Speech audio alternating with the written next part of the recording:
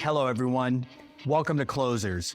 On this Closers episode, we're talking with Christopher Manske, a financial expert, speaker, and the author of The Prepared Investor. Chris has been praised, published, or quoted in the Wall Street Journal, Forbes, and many other publishings. He's a frequent guest on TV shows, including Yahoo Finance, Think Advisor, CEO World, and numerous other outlets. In this Closers episode, we'll learn more about his background, what inspired the launch of his book, and discuss many recent business trends. Stay tuned for more. This episode is sponsored by Outfield. Outfield is a performance-based CRM company for winning sales teams. At Outfield, they know that sales is a sport, so they provide the one tool you need to stay on top of your game, a gamified CRM that optimizes your productivity and maximizes your performance. If you're looking to add a competitive boost for your team, visit outfieldapp.com and use the promo code CLOSERS for 10% off. The Closers app is a gamification platform that has proven to increase productivity, boost performance, and create a friendly competitive environment for sales teams of all sizes. Now sales leaders can motivate, challenge, and reward their sales organization with Closer's sophisticated rating system that helps quantify the work attributes of your sales reps, allowing managers to better coach and assess their team. Research shows that gamification and friendly competition can drive team morale and camaraderie. The Closers app is a total game changer. Download the app now and take your team to the next level.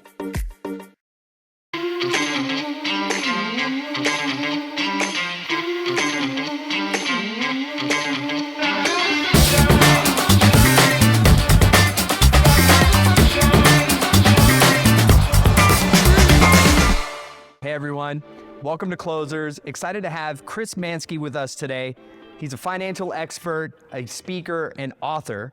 Chris, welcome to Closers. Thank you. It's a pleasure to be here. Love it. Tell us about Manske Wealth Management and give us an overview there. Sure. I lead a disciplined and well-credentialed team providing sophisticated wealth management and individualized investment advice. What sets us apart from a lot of the other financial advisors, not just in this town, but across the nation, is that we provide a very clear service model. It's the mantra for the firm, and everything that we do is geared around this concept that we call every client, every month.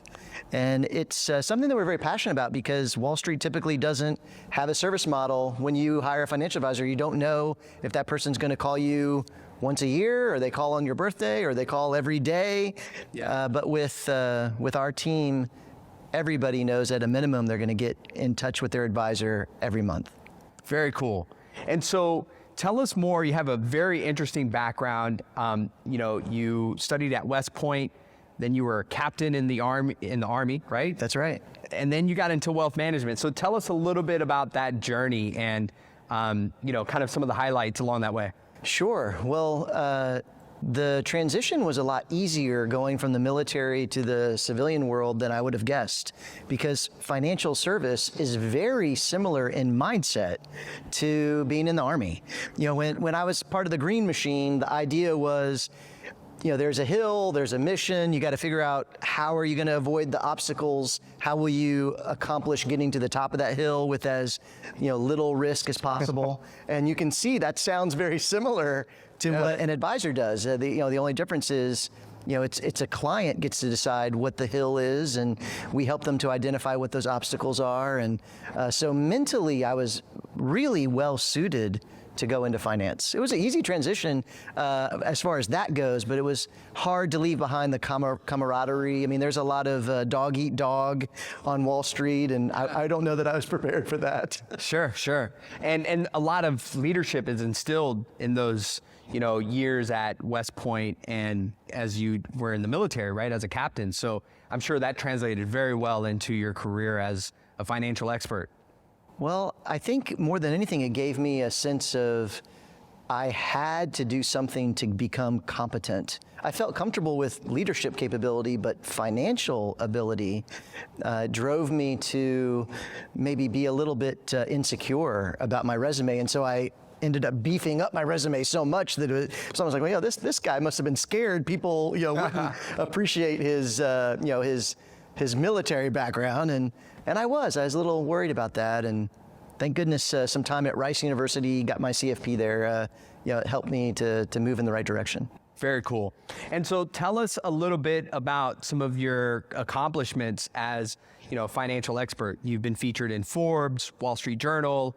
A lot of your publishings have been amplified. So talk about some of those and some other accolades you may have. Thanks. I've been lucky to have a voice with majority of the major outlets, whether it's TV or newspaper or magazine, especially in the financial center. My favorite one is not a super famous one, but Think Advisor is, they're really not scared to say things that maybe go against what Wall Street stands for. And my team and I, we are often going against what Wall Street stands for. And that's what led to the book, my first book that was published called The Prepared Investor that we see there. That is a crystal clear statement of Wall Street says X, and it's not correct. Sure. So excited to dive into that. But staying on the topic of your firm, talk about its inception, what drove you to start your own practice, and how it's evolved over the last decade. Right. Well, at Merrill Lynch, I was able to serve as the lead advisor for the University of Texas Employee Assistance Program. And then the company selected me, among others at Merrill, for training advisors all over the United States. And as I had those experiences, it became clear to me that the client wasn't at the forefront of the typical brokerage model. Sure. And I wanted to try my hand at putting the client at the forefront. And one of the ways is what I'd alluded to earlier is, most of the brokerages, the advisor decides, do they call their client today? Do they email their client today? How are they going to serve the communication requirements of that relationship? And what happens, typically, industry norms are, a client will hire their advisor, they'll get some kind of interaction with that advisor, but as the advisor's practice grows, that client might get less and less interaction. Sure. Because there isn't any standards on Wall Street for how to service the relationship. So that's the experiment that I started, and I started over a decade ago. And I feel a little bit of vindication because Houston is the third or fourth largest city in the U.S., depending on how you measure it. It's hard in Houston to be one of the biggest. And now 10 years later, we're one of the biggest, and that means that we must be doing something right.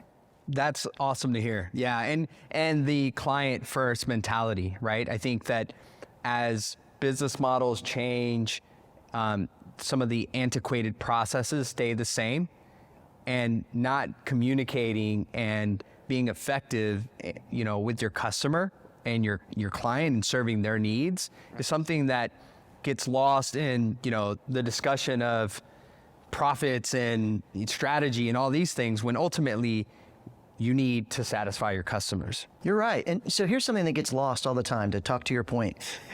When we go to receive service from almost any other industry, we pay them after they've done it. Absolutely. But not in the brokerage world. The pay is collected before anything happens. Whether you're doing it by fee or by commission, either way, the brokerage will charge the fee. And if you don't like how things are going and you want to get out, well, they have already collected at least a month or 3 months worth of compensation. And so that's just a perfect example of something that gets lost in translation. It gets lost in the weeds. And a team like mine, we're saying you're supposed to collect your pay in arrears, do the work, and then collect the pay. And that's what we do. And sometimes it's a big surprise when we get on the pulpit and start talking about it, because it's rare. And that's a differentiator for you. It is. Because you're focused on the customer. You're really taking some basic business models around customer satisfaction and customer success, right, and putting it at the forefront, right, not making it an afterthought. So I like that. Thank you. Yeah. And so talk about your team. If you could really highlight some of I've seen you've continuously grow and evolve. So just share a little bit about, the team you lead, what really is, maybe some of your secret sauce. Yeah, we're an open book. I'm happy to share. Yeah. In fact, I could talk all night about the team. So to give you an idea of what I'm surrounded by, these are CFPs. There's a woman who runs my practice. There's another woman who is a financial advisor. She manages something like $80-90 million. There's a gentleman who he's managing about $120 million. And it wasn't that long ago, he won a Wall Street Journal competition for analysis. You can't win a competition like that, just at the snap of the fingers.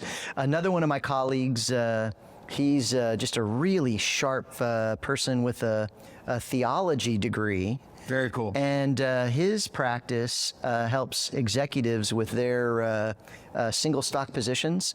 But one of the things that I find outstanding about what he's done recently is he's got a networking organization that he started from the ground up that now is thousands of people. They'll have an event where there's hundreds of people that show up to his event.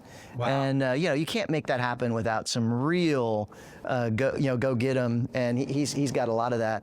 Another one of my colleagues was featured in Forbes. Every year, Forbes does these are the 5 stocks you should own this year. Okay. And one of his stocks was selected. And for me, it's just a real big sense of accomplishment, because I remember when I hired him out of college. Sure. And to be able to have an article like that in Forbes where they're saying, hey, according to Manske Wealth Management, this is the stock to own. You can't be a fly-by-night type of person. They're going to do their homework. They've got thousands of advisors that are dying to get their words into that magazine. So it was, it just meant a lot to me. Yeah, absolutely. No, I could imagine. I mean, it's being able to, find someone coming out of college, not necessarily, you're betting on them, right? You're betting on them and their potential. And now seeing them being, I would say, praised and recognized. Oh, yeah. Yeah, my latest hire, she's got a medical background. So she has a master's degree in audiology, and she sold medical equipment and then stayed at home with her family. And now coming back into the workplace, she wanted to try something different. And, and I give this team my loyalty, and they see that I did what they would like to do. Sure. And so, I think I'm a good resource for them, and I love being a resource for them. I really could talk about them forever. So if you come into my office, our conference room, there's a wall there that is just frame after frame after frame with their photographs and their accolades from Fiduciary News, Wall Street Journal, Reader's Digest, Money. It just, the whole wall is just this, glaring statement that, it's not me. Sure. It's them and their hard work and their expertise, and I feel so lucky to work with them every day. Love it. And so, thank you for that. Yeah. Shifting gears, love to talk about your book, The Prepared Investor. Tell us more about what drove your desire to publish this. What sparked the ideation in you to bring this to the market, and kind of give us that overall summary. Sure. Well, so a summary of the book, and then a summary of how it came to fruition. First, the book itself is about what happens when crisis strikes from a financial point of view, and how can you be ready for it? And it is a real slap in the face to Wall Street, because what Wall Street says is just stay the course. You're diversified, don't make any changes, don't rock the boat. And that is like a stopped clock. It is right. There are crises where that makes perfect sense. So the stopped clock is right twice a day. But there's plenty of examples in history where with just a little bit of preparation, you can protect yourself very well from the turmoil, financially speaking, in a crisis. But you also can get ahead. You can grow your net worth in the face of crisis. And so that's what the prepared investor does. And it's been compared in the news to Malcolm Gladwell's book called Outliers. Yes. Yeah, Outliers says people think they know what success is, but there's more to it. There's another way to look at it. And that's what I'm doing with this book is people think that they know they're just supposed to stay the course through every crisis, but there's more to it. And it's not written for financial experts, it's written for everybody. And love that. Yeah. So how it came to fruition. Yeah, tell us that. I began my career in the year 2000. That's when I left the military and became a Merrill Lynch advisor. And shortly after 9/11 hit. Wow. And so I got to see what happened financially speaking. And it just really stuck with me that all of the smart people in the room were telling me that we're going to have years where the markets are down, and it just wasn't true. The market rebounded very quickly. There was a lot of pain and suffering that lasted for a long time, and I don't mean to discount that, but for the markets, there was a down and up that happened in a relatively short period of time. Sure. Especially if you compared it to we'll be down for years. It just wasn't that way. And so because I was brand new and I was really listening to my mentors and to the people around me, and then comparing what I was being told to what was reality, it stuck with me that there's something going on there. And when I had the time and money, I paid for some research to be done on how crises affected the markets, and that research came back and there was a glaring, clear pattern. Sure. And I initially thought, oh, well, someone has already written about this. This is already named after somebody for sure.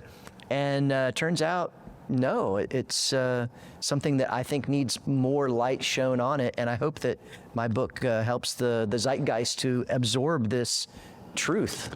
Definitely. And the stock market is a large set of data. Yeah. And so if you're looking at it from a macro perspective, right, you can see that it does this, right, to some degree. But when you kind of look at it from a micro perspective, you see those, ups and downs and different trends that you can analyze. Yeah. And so what were some of the common, data or what was some common similarities that were across different crises that you noticed and picked up on? Well, one of the common things is that the crisis financially does not happen as long as we feel like it happens. So that's the first thing. And that bounce is something that, it starts to look the same crisis after crisis. There's that same V-shaped pattern. Oh, look at that. There it is again. And, and when you look at the newspapers and you can see, the verbiage is one of, tuck in and get prepared for years of problems. And it's accurate that there are problems, but it's not accurate that the market is behaving that way.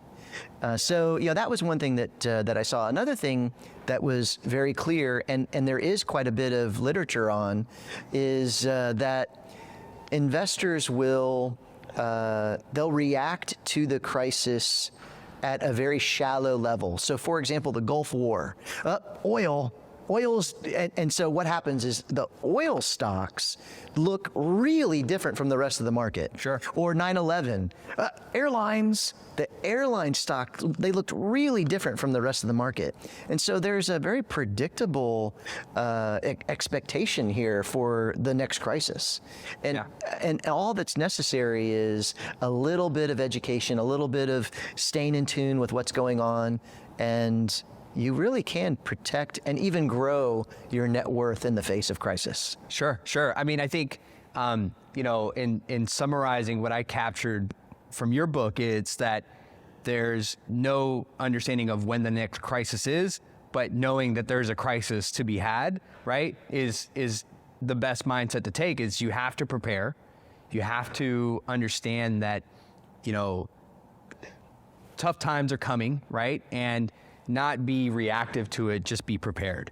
Right. I think you've hit it on the head, is that you can't predict the day that the bad thing will happen, but you can be ready for it.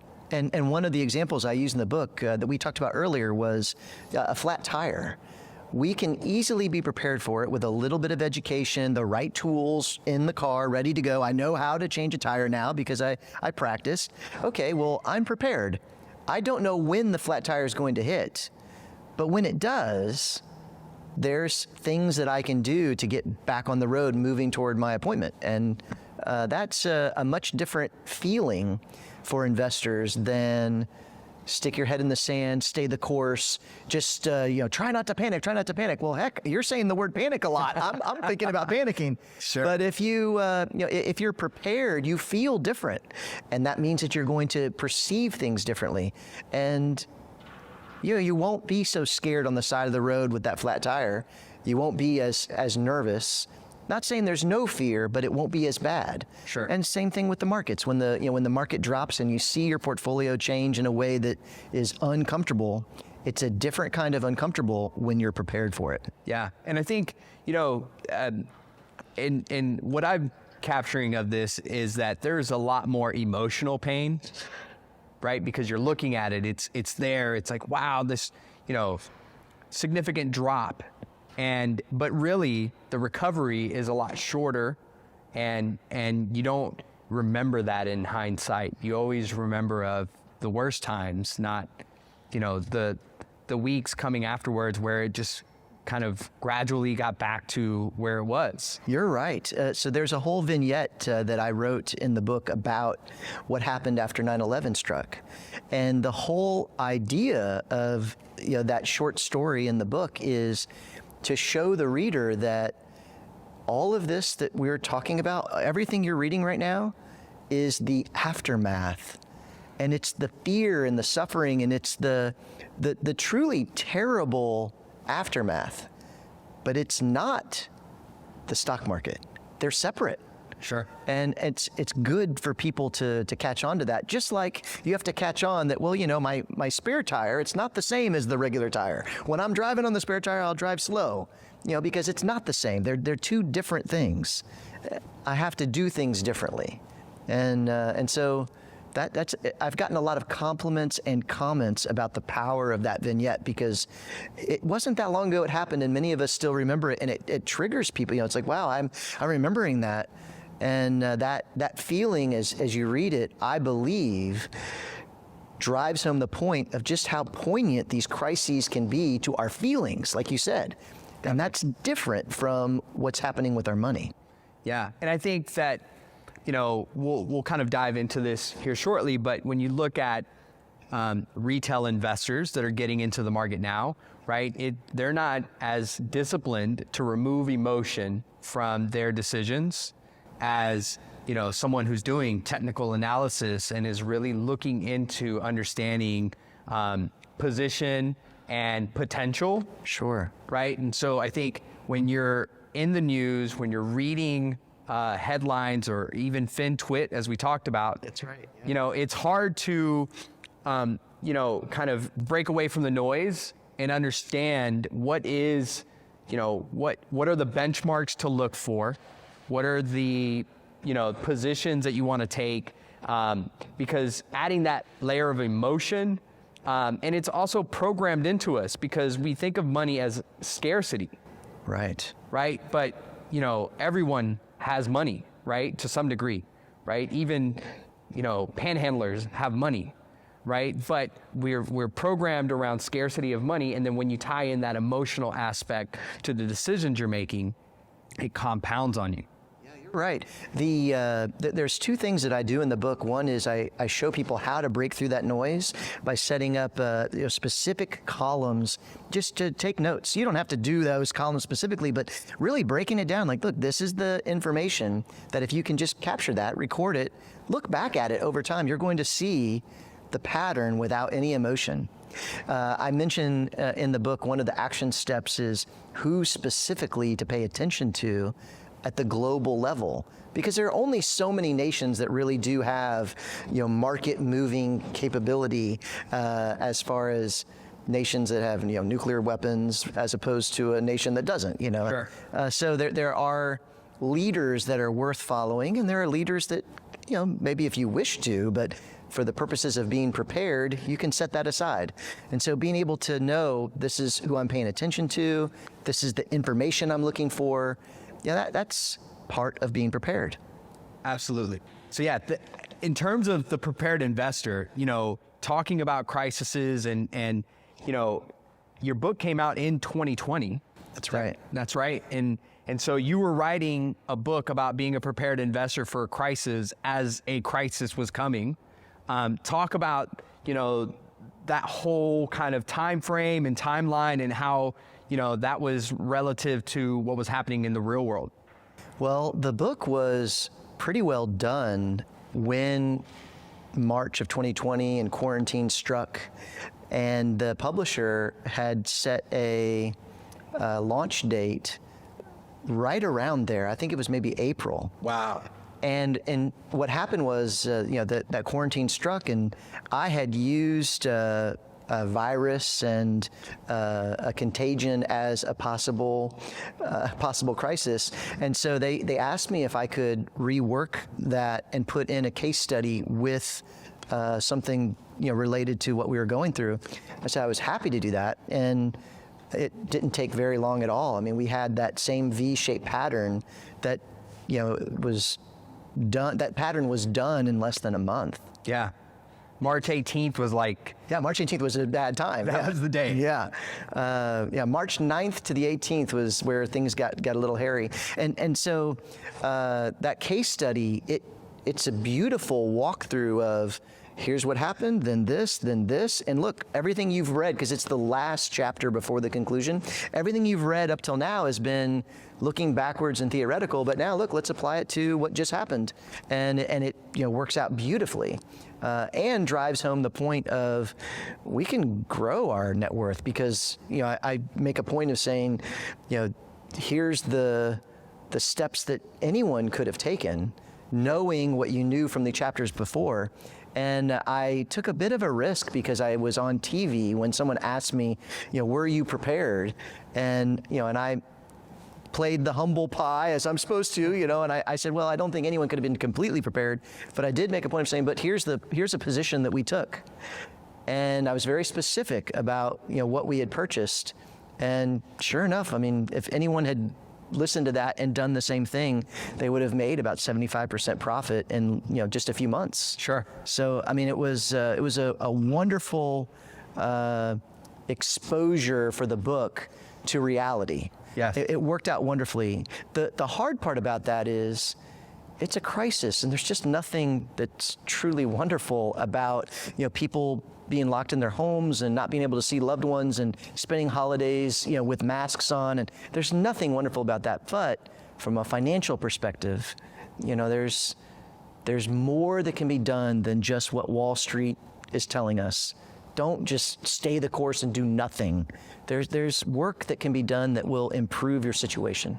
Yeah, no, I think that's really eloquently put, because, there's, at the end of the day, there's winners and losers, right? There always are.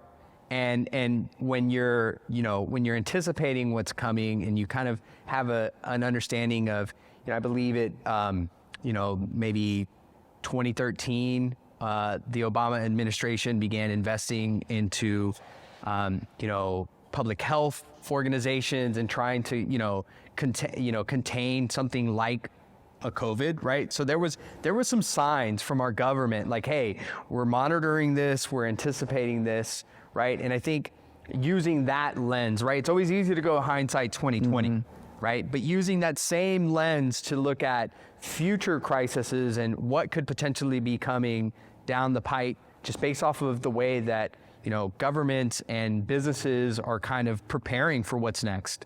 Because they're leveraging data, they're leveraging, the intel of the world, and understanding that this could be something that could be a risk to the community or a risk to our business.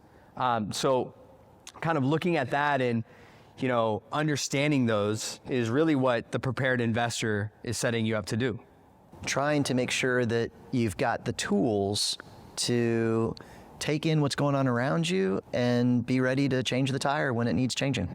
Yeah, love that. Well, Chris, thank you so much for coming on Closers. Really enjoyed learning more about your practice, your journey, your book, just how you were really on the cusp of what was to come. You and wrote about it and launched it in the middle of a pandemic.